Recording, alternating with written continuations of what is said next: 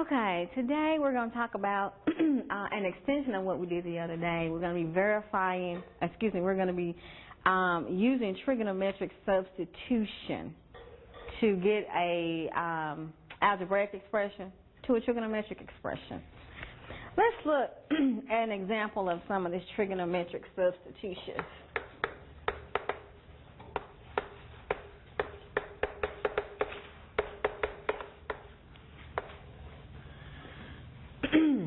So we want to use trigonometric substitution to write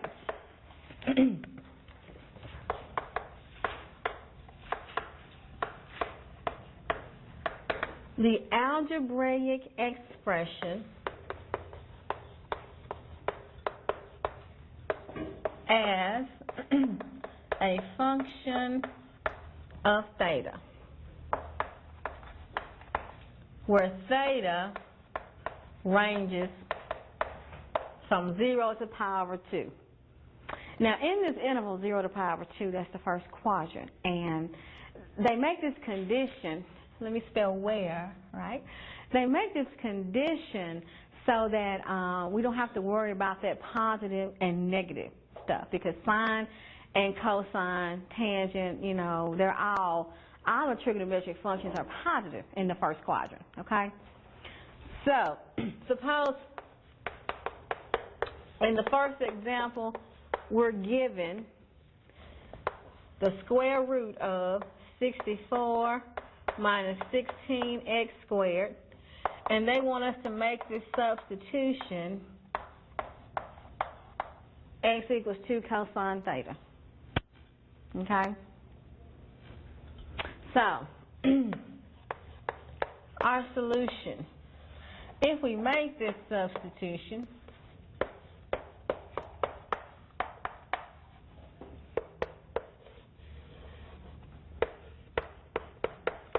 let's put in our expression for x to cosine theta squared. And if we square this,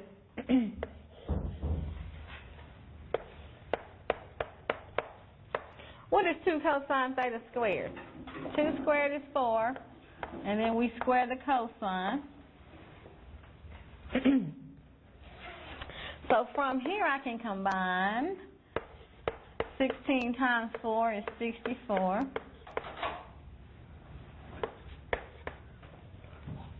Now, after I have put in my trigonometric function for x, I want to substitute, I want to simplify as far as I can go. And this is really not as far as I can go, because I can factor out a 64 and have 1 minus cosine squared theta. Okay? Now, what is 1 minus cosine squared theta? Is that one of our trigonometric identities? It's one of the Pythagorean identities. It is what? Somebody whispered sine squared theta. Remember, sine squared theta plus cosine squared theta is 1, and 1 minus cosine squared theta is sine squared theta. And what I have is a perfect square here. Now, this is why we have this condition that theta is between 0 and power of 2. Because when I take the square root of this, this means I want the positive square root. Because sine is what? Positive in that quadrant. 1, 0 to the power of 2. Sine, all the trigonometric functions are positive.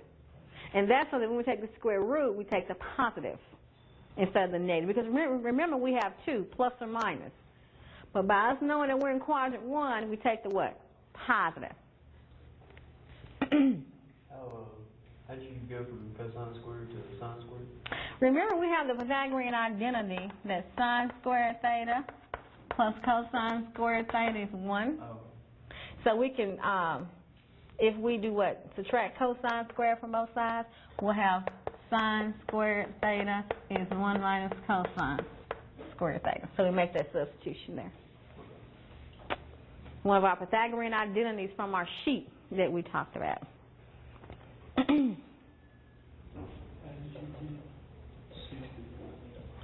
64? If you down there, you have 64 minus 64 Mhm. squared. We factor 64 from both terms. If we distribute 64 minus 64 cosine squared, we will have the greatest common factor of 64. One of our factoring techniques.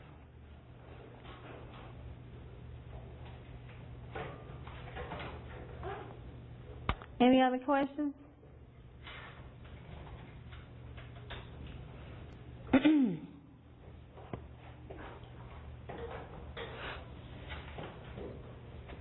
Okay, so trigonometric substitution.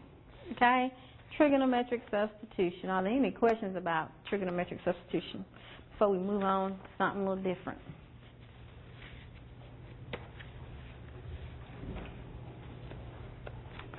Okay, next we're going to talk about verifying trigonometric identities. And we kind of did this in the last chapter or last unit or so.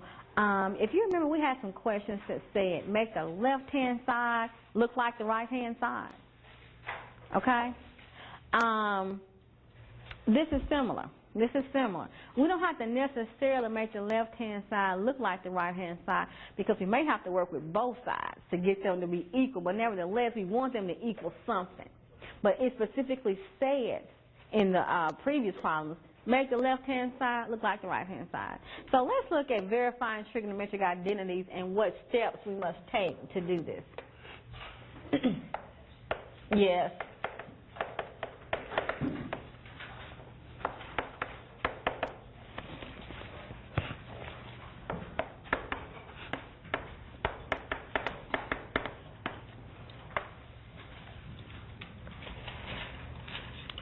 The first step is we want to work with one side of the equation at a time. Okay? And generally we want to work with the most complicated side.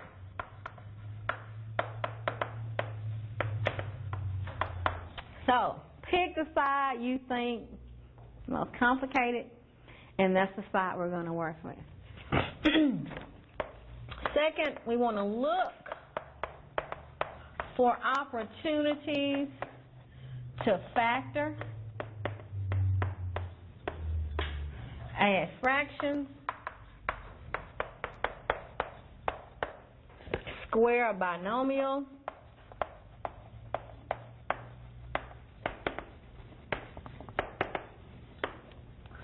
or create a monomial denominator.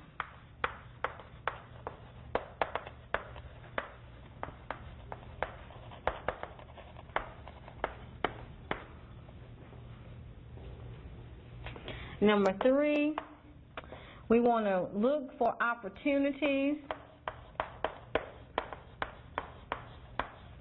to use fundamental identities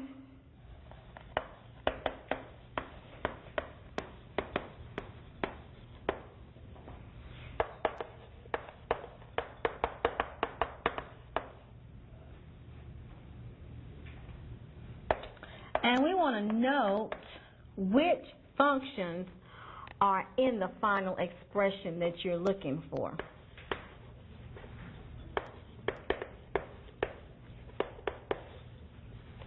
Which functions, I can't even read what's on my paper today, are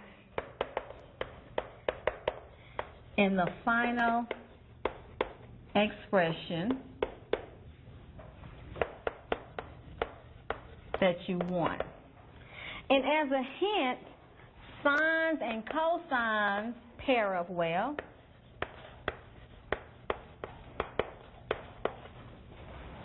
How do we know sines and cosines pair up well?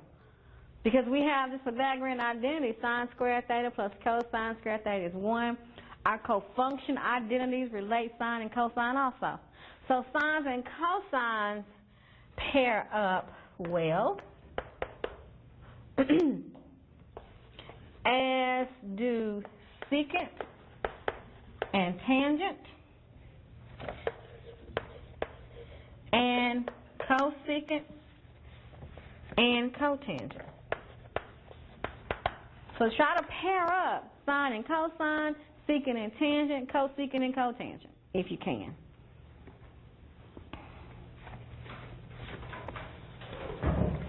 Number 4. If none of these things work for you, then try to convert all the terms to sines and cosines.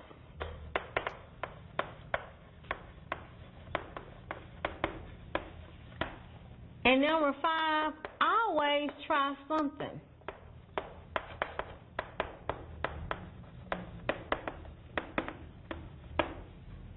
Because you can bet if they say that you can somehow verify this identity, there's a way you can do that, okay? You want to always try something. Now, in some of these things, in verifying, in some of these things, you may get different answers. You may work with different sides of equations or whatnot. So what you do may not necessarily be what the person sitting next to you would, how they approach the problem. Several ways to approach the problem, okay? So that's what we're doing today. We're going to verify some identities. And we're going to, yes? Is there more than one correct answer with these two? Or how do we know if the answer is correct?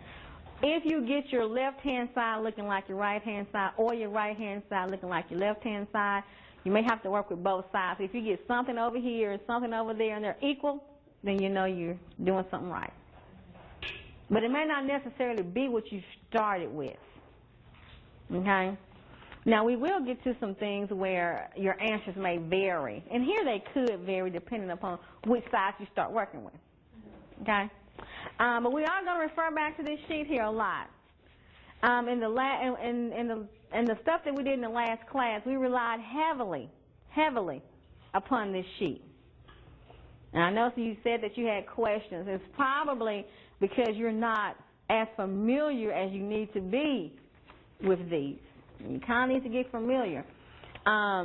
Before the next test, we will have gone through most of these formulas, you know, sum to product, product to sum. We're going to get into some of that in the next class meetings to come. So we will have gone through most of this sheet. Will we be able to use that again on the next test? Every test. Okay. Every test you can use this, okay? Every test. So we'll be referring a lot back to this today. So we're going to do some problems, and this is all we're going to do today. Verify the identity.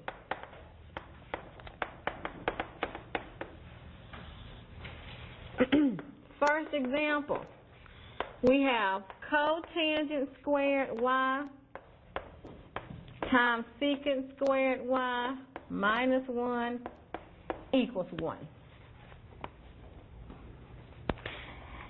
Remember, number 1 says you want to work with one side at a time, generally the most complicated side. So which side do you think we're going to work with here? The left-hand side, okay? Now, it also said that sines and cosines pair well, secants and tangent, cosecant and cotangent, especially when you have secant squared. Do we have an identity that relates secant squared and tangent squared? Do we have one?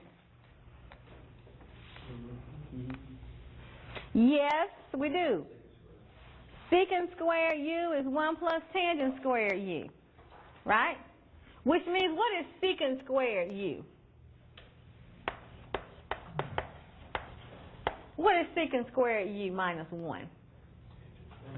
Tangent squared. Okay? We're almost there, because tangent or cotangent is what? 1 over tangent?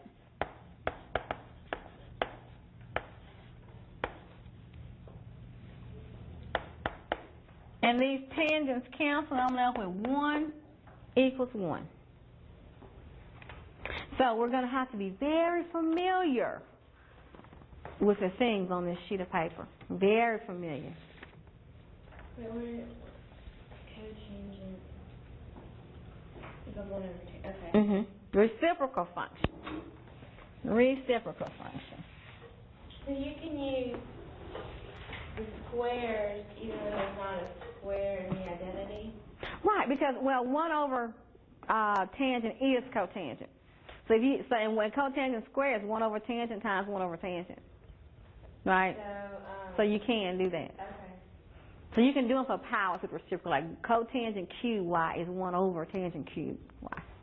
Okay, so if it was tangent, okay, I understand. Okay. Other questions? All right, let's look at another one. Cotangent cube t over cosecant t equals cosine t times cosecant squared t minus 1. So we need to ask ourselves, y'all, which is the most complicated to deal with? He says the right, okay? The left. He says the left. I did it using the left, okay? And you could possibly start with it using the right, you know? You could. I just don't happen to work with the left. But, hey, exercise. Go home and work with the right and see if you get to the left. You can. One may be more complicated than the other. Most or both may be equally as complicated, you know? You never know. So, we need to somehow get what? This here, somehow we need to get a cosecant squared t minus 1. And over here it said that what? Cosecant and cotangent pair up pretty well. So it may be a Pythagorean identity that'll get me there. So let me break this up as cotangent t over cosecant t times cotangent squared t. You always want to remember that cosecant and cotangent can pair up pretty well. Okay? Now, what does the Pythagorean identity tell me about cotangent and cosecant? 1 plus cotangent equals cosecant. Or cotangent equals what? Okay? So I can replace a cosecant squared t minus 1. So I almost have what I need. Wait, why are you doing the cosecant squared minus 1? Because that's cotangent squared. Okay. From the Pythagorean identity, 1 plus cotangent squared u is cosecant squared u. So I have this portion. Now I need to work to make this be cosine. Okay? Isn't that what I need to do now? So how do I do that? Well, cotangent is cosine over sine. And what is 1 over cosecant? Sine, right? So I'm breaking cotangent, it's cosine over sine. I still have this 1 over cosecant. 1 over cosecant is sine. Now I do realize that no, you're not going to think about these things as fast as I think about them. The best thing to do is familiarize yourself with these identities. Even though you have this sheet, you're going to have to be relatively familiar. So, How'd you get sine over here when you cross multiply? I know you got cotangent is cosine over sine. okay, I still have this cosecant, so I can break this up as cotangent times Cosine over sine? 1. Flip it when you, okay. Mm-hmm. So I have that cosine t times cosecant squared t minus 1 equals cosine t cosecant squared t minus 1.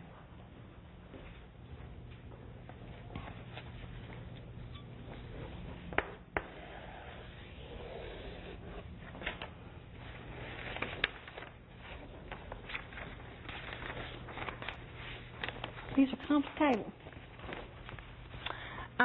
The majority of the material for the next test will be dealing with these identities. They'll be dealing with these identities, and they'll be dealing with, you know, other formulas too, you know. All right, let's look at another one.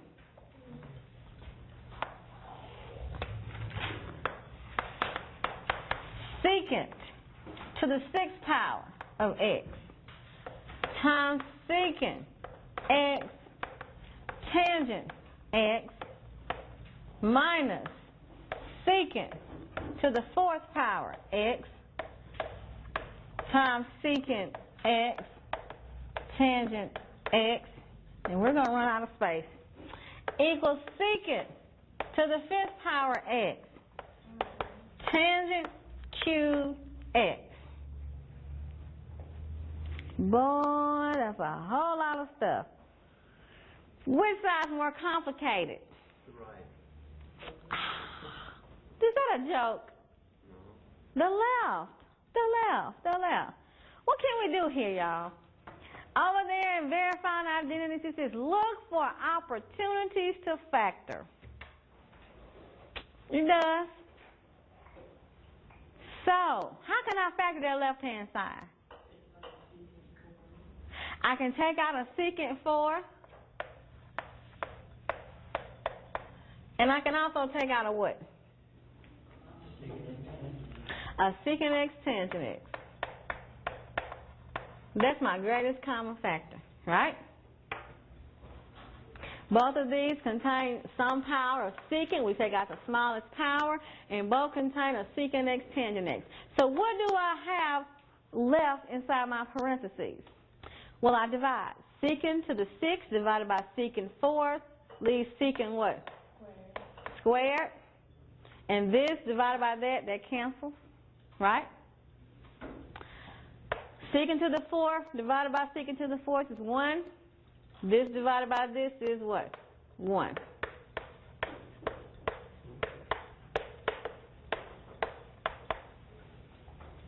Bringing out the greatest common factor.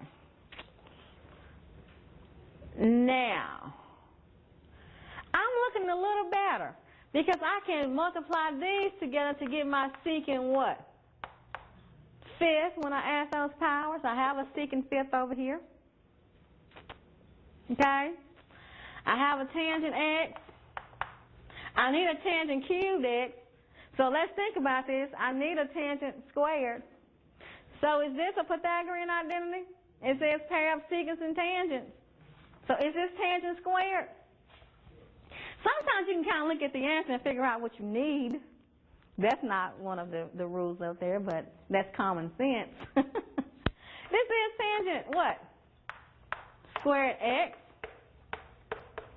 by the what? One of those Pythagorean identities. So now I can say that this is secant to the 5th power x. Add this to get tangent what? Cube x. So y'all, just because it looks like it may be so complicated, it might not be as complicated as you think. May not be as complicated as you think. All right, y'all ready to tackle another one? I was going to ask you Okay. Okay, you went from secant to 6th power or whatever, and then right below that you went secant to The 4. Or 4, yeah. Mm-hmm. How'd you do that? Greatest common factor. Think about if we had x, let's just say y to the m, right? Or y to the 6. And minus y to the 4. You can factor out the lowest power, which is y to the 4th, and y to the 6th divided by y to the 4th, you subtract to get y squared minus 1. That's how you get that. That's how we got this, to be secant squared minus 1. Question in the back. Yeah.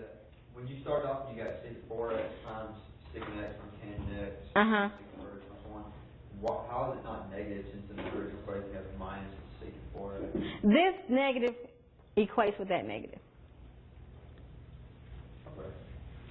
We took out, the greatest common factor was not only secant to the fourth power x, it was also secant x times tangent x.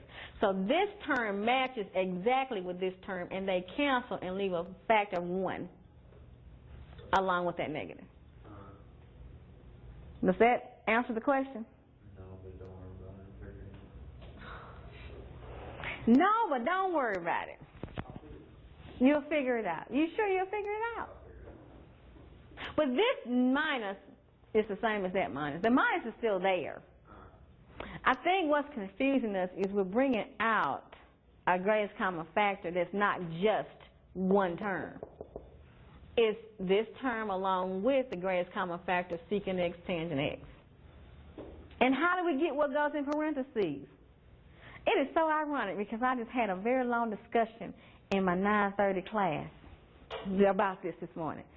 We divide, right? We divide to get what goes in parentheses. Let's look at another one.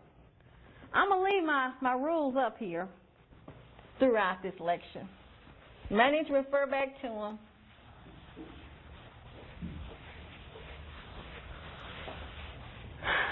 Next example. 1 plus sine theta over cosine theta plus cosine theta over 1 plus sine theta equals 2 secant theta.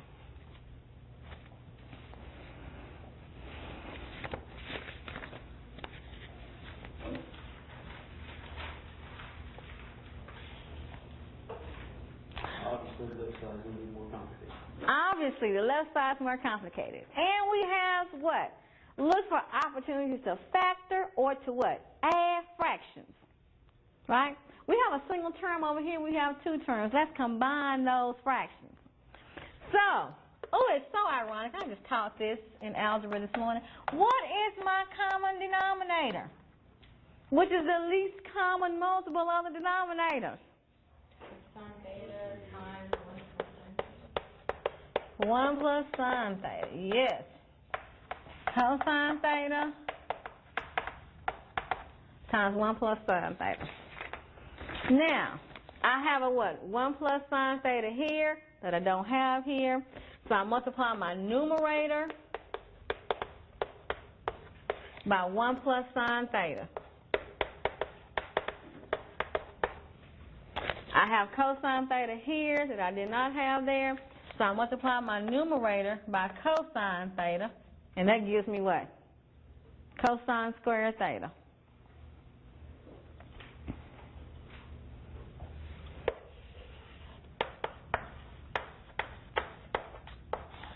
So now that I have my common denominator, I can do what?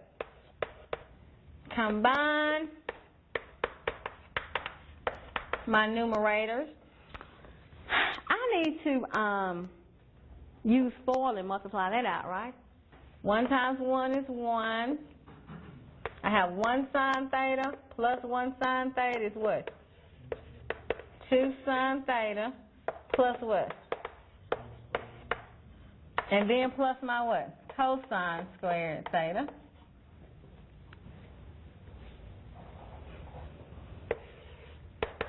So, sine squared theta plus cosine squared theta is what?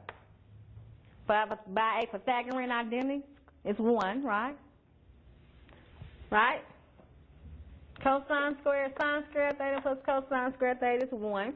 So 1 plus 1 here is 2. And I'm left with my 2 sine theta. And we're running out of space. Let's write this a little bit smaller over here so we can go this way. 2 plus 2 sine theta over cosine theta times what? 1 plus sine theta equals 2 secant theta. Am I almost there? I'm almost there because now I can factor out a 2 and have 1 plus what? Sine theta over cosine theta times 1 plus sine theta equals 2 secant theta. So this cancels, right? What's 1 over cosine theta? Secant. So this is 2 secant theta equals what? 2 secant theta.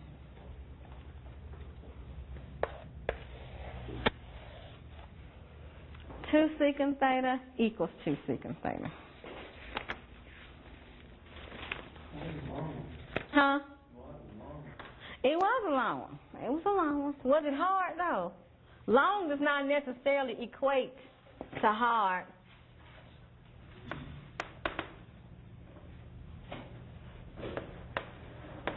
We want to leave our rules up on the board.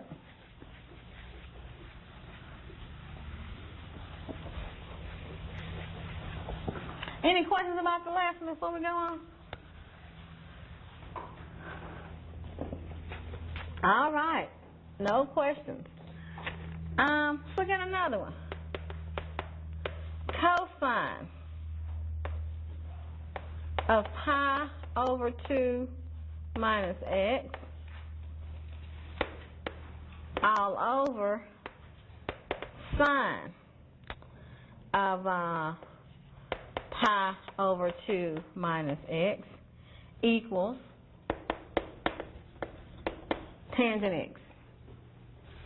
Okay.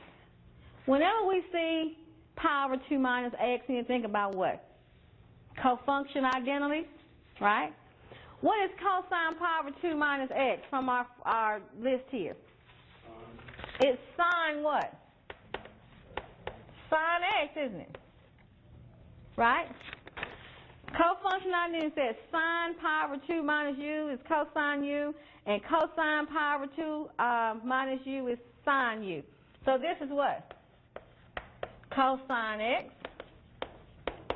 And what's sine x over cosine x? Tangent x. Now that was a pretty short one, wasn't it? But here we made use of our cofunction identities. Cofunction identities.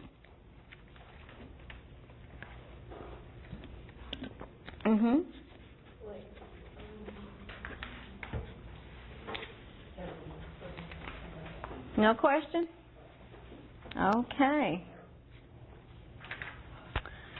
All right. Look at another one.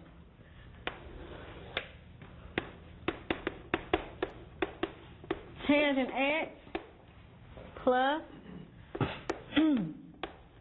tangent y all over 1 minus tangent x tangent y equals cotangent x plus cotangent y all over cotangent x cotangent y minus 1. Both look equally complicated. Okay? And what we're going to do here, we're going to work with the right-hand side individually. We're just going to work with the right-hand side and try to get to the left-hand side, which we should have did over there, and we would not have used so much space. Okay? So, right-hand side. So we're going to look at the right-hand side and work with that one. Okay? So we have cotangent x plus cotangent y equals cotangent x cotangent y minus 1. Okay? And we want to put this in terms of tangent. So we're going to say cotangent is 1 over tangent x plus 1 over tangent y, 1 over tangent x, tangent y, minus 1. Okay? So at least now we have tangents instead of cotangents, right? Did it make sense to start that way?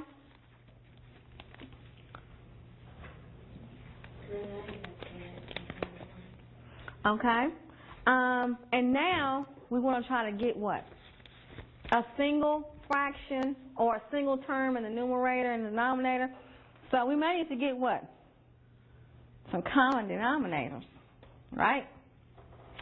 So let's get this here to be a single fraction. If we do that, what's the least common multiple?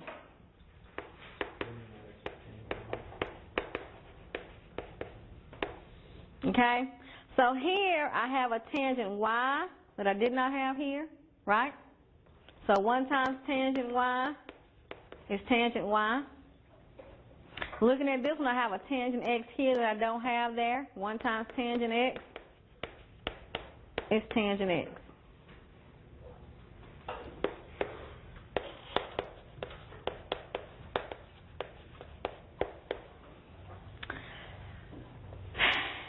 All right, y'all, how are we to proceed here?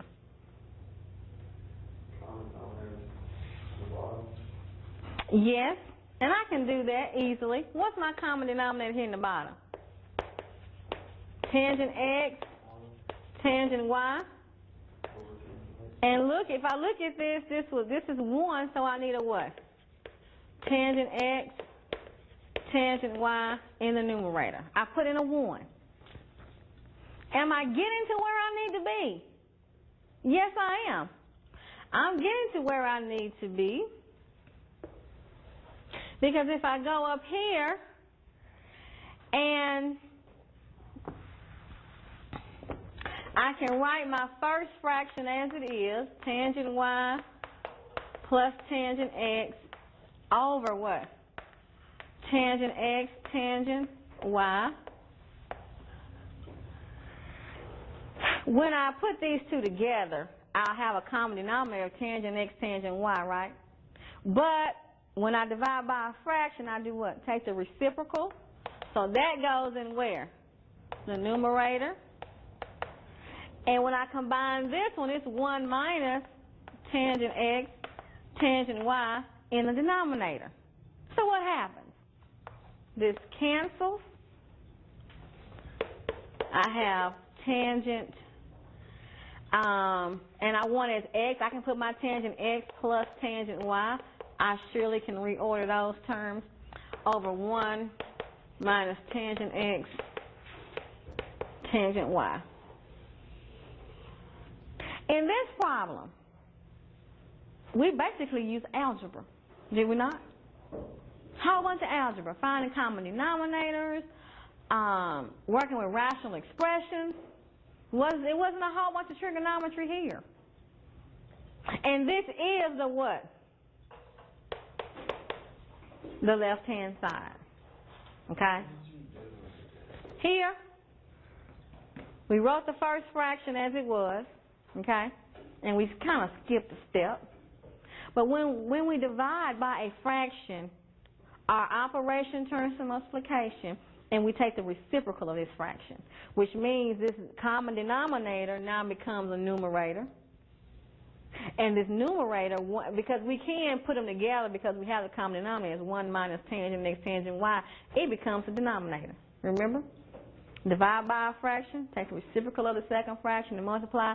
I can now cancel out that tangent x, tangent y, and I'm left with this tangent x plus tangent y over 1 minus tangent x, tangent y.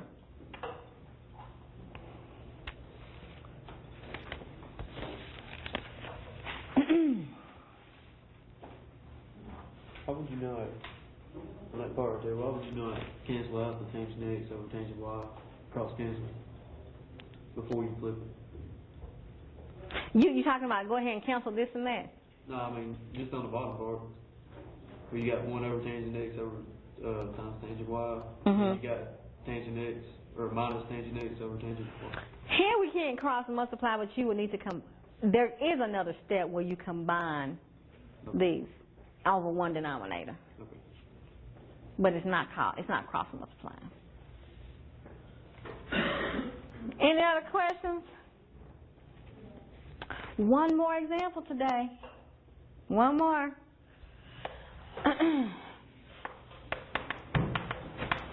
Secant squared of pi over 2 minus x minus 1 equals cotangent squared x.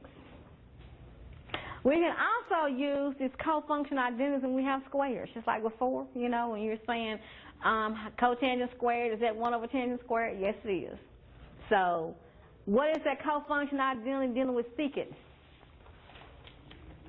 Secant, pi over 2 minus u is cosecant. So this becomes what? Cosecant squared x. Okay? Cofunction identity. Minus 1 equals cotangent squared x. And that's a Pythagorean identity.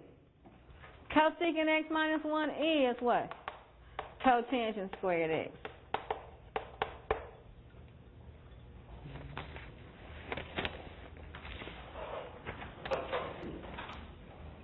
That one was okay?